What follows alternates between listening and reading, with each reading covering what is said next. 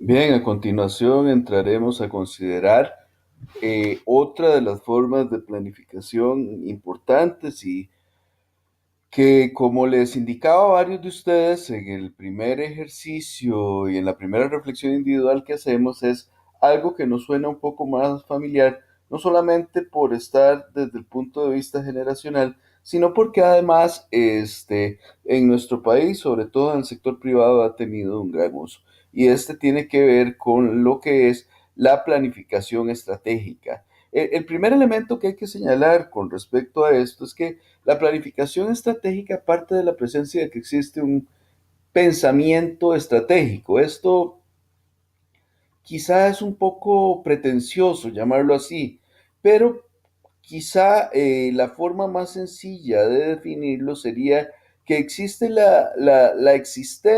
valga la redundancia, perdón, que existe la posibilidad de generar una visión panorámica de acuerdo a fines y medios y en función de eso a disposición de fuerzas para lograr un determinado objetivo. Es por eso que este pensamiento estratégico concibe la realidad como un espacio dinámico y en este sentido hay una gran diferencia con lo que es la planificación normativa que establecía vía regla lo que debía pasar y la planificación indicativa que a partir de la interacción de los actores y la coincidencia de los objetivos definía el rumbo a seguir. En este proceso de planificación estratégica, el rumbo a seguir puede ser establecido y puede ser cambiado porque concibe la realidad como un espacio en el cual los actores son múltiples y además los intereses son múltiples y no existe armonía entre esos actores. Es decir, hay, si se quiere utilizar el término marxista,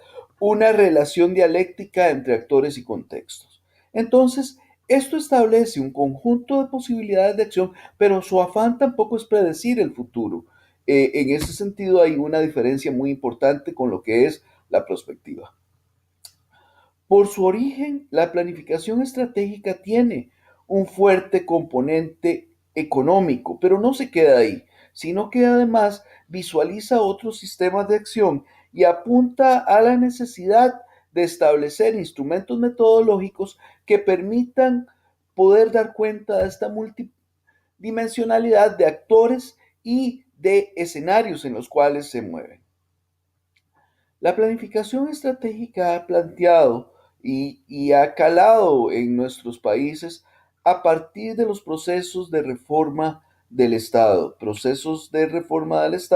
que apuntaban, por un lado, al discurso de la eficiencia, es decir, se cuestionaba el estado de bienestar como consecuencia de que no era eficiente. En otras palabras, se gastaba mucho recurso económico, mucho recurso humano, partiendo de que las instituciones iban a hacer de la manera más racional sus operaciones y resulta que esto no sucedía. Pero además tampoco era un quehacer eficaz.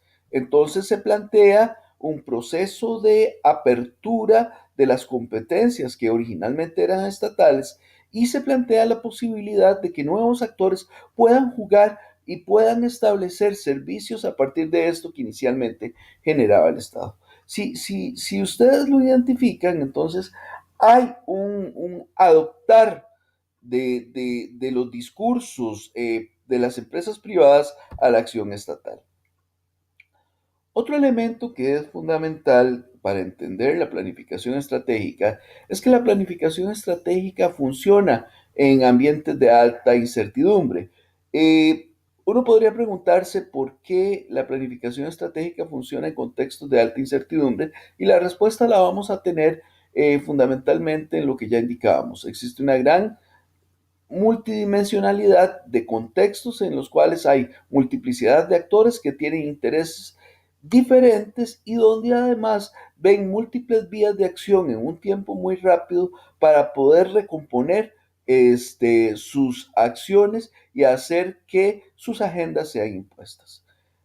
Dicho esto, es claro entonces que la planificación estratégica no trata solamente de reaccionar a las amenazas, sino que trata de anticiparse a ellas. Entonces, otro de los elementos que caracterizará el pensamiento estratégico es el componente de anticipación. ¿Qué quiere decir la anticipación? La anticipación es el análisis que un actor establece antes de que un fenómeno determinado ocurra en función de el manejo de variables explicativas.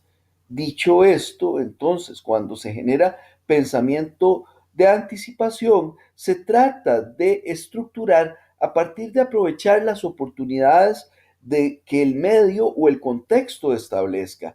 Esto requiere un análisis medular de cada uno de los espacios donde esa organización o ese ente se desarrolla. Por otro lado, implica una lectura ya no solo del contexto, sino de los actores con los cuales se relaciona la organización para definir estrategias que tiendan a la unidad del actor, tanto con contextos como con otros actores, para ganar un fuerte componente de legitimidad en relación a su quehacer. Esto hará fundamentalmente que la organización pueda establecer líneas de acción que los ayuden a contrarrestar sus debilidades. Es posible entender la planificación estratégica como un conjunto de fases iterativas. Lo iterativo quiere decir la posibilidad que tiene una organización de volver a revisar si sobre la base de esa revisión sistemática redefinir a la marcha. Es por eso que, como mínimo, los horizontes temporales de la planificación estratégica son de 4 o 5 años y se visualiza dentro de estos procesos de planificación revisiones sistemáticas de corte anual.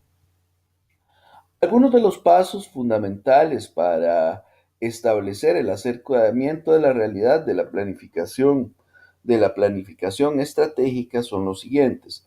El primer paso es el análisis de la filosofía de la organización o la generación del pensamiento de esta organización. Esto pasa por identificar cuál será el nicho de actuación donde esta instancia se desarrollará. Como ustedes pueden ver, también el concepto de nicho viene del discurso de los negocios en relación a nichos de mercado. Se establece la misión y la visión, o sea, qué es lo que estamos llamados a hacer y qué nos vemos, cómo nos vemos como organización, y esto establecerá el conjunto de valores operativos sobre los cuales se montará el quehacer de la organización. El segundo paso es el análisis del ambiente externo, es decir, todo aquello que está fuera de la organización. Esto implica una primera lectura del nivel de influencia que tienen otros sistemas de acción con respecto al sistema en el que se circunscribe la organización. Es lógico pensar, por ejemplo, que una entidad de bienestar social tiene relaciones con los sistemas económicos y también tiene relación con el sistema político, aunque su labor sea fundamentalmente de bienestar social. Esto implica también la evidenciación de las regulaciones que rigen a los otros sistemas y establecer cómo los toca directamente a ellos como organización. Esto hará que sea posible la identificación de dos aspectos fundamentales. Por un lado, la identificación de las oportunidades de acción sobre el marco y las restricciones que otros sistemas impongan y además la identificación de las amenazas concretas que se generen a lo largo de la interacción, tanto con los actores, contextos, como regulaciones propias que estos sistemas generan. El tercer paso es el análisis del ambiente externo, el análisis del ambiente interno, que veremos más en detalle en el siguiente video.